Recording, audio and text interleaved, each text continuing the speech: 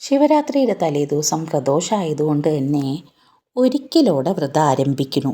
ശിവരാത്രി ദിവസം പുലർച്ചെ എഴുന്നേറ്റ് കുളിച്ച ശേഷം ക്ഷേത്ര ദർശനം നടത്തണം. പഞ്ചാക്ഷരി മന്ത്രം ജപിച്ച് ഭസ്മം ധാരണം ചെയ്യണം.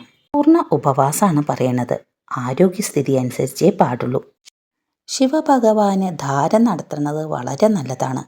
മനഃശാന്തി ലഭിക്കാനും പാപങ്ങളിൽ നിന്ന് മോചനം ലഭിക്കാനും കാര്യസിദ്ധിക്കും ആരോഗ്യം വർദ്ധിക്കാനും ദോഷശാന്തിക്കും ദുരിതങ്ങളെ ഇല്ലാണ്ടാക്കാനും ഇത് സഹായിക്കുന്നു. ശിവക്ഷേത്രത്തിലെ ദർശനത്തിൻ്റെ ഫലം പൂർണ്ണമായി ലഭിക്കണമെങ്കിൽ പിൻവിളക്ക് തെളിയിക്കണം.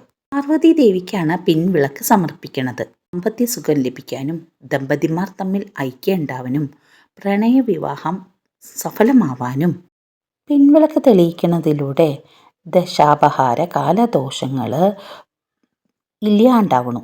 പിൻവിളക്കിൽ പാർവതി ദേവിയാണ് സങ്കല്പിക്കുന്നത്. കൂവളമാല ഭഗവാന് സമർപ്പിക്കണം. ശിവരാത്രി ദിവസം കഴിയുന്നത്ര സമയം പഞ്ചാക്ഷരി മന്ത്രമായ ഓം നമഃശിവായ ജപിക്കണം.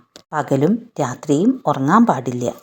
ശിവപുരാണോ ശിവാഷ്ടോത്തരോ ശിവപഞ്ചാക്ഷരി മന്ത്രോ സഹസ്രനാമം എന്നിവയെല്ലാം ജപിക്കാം.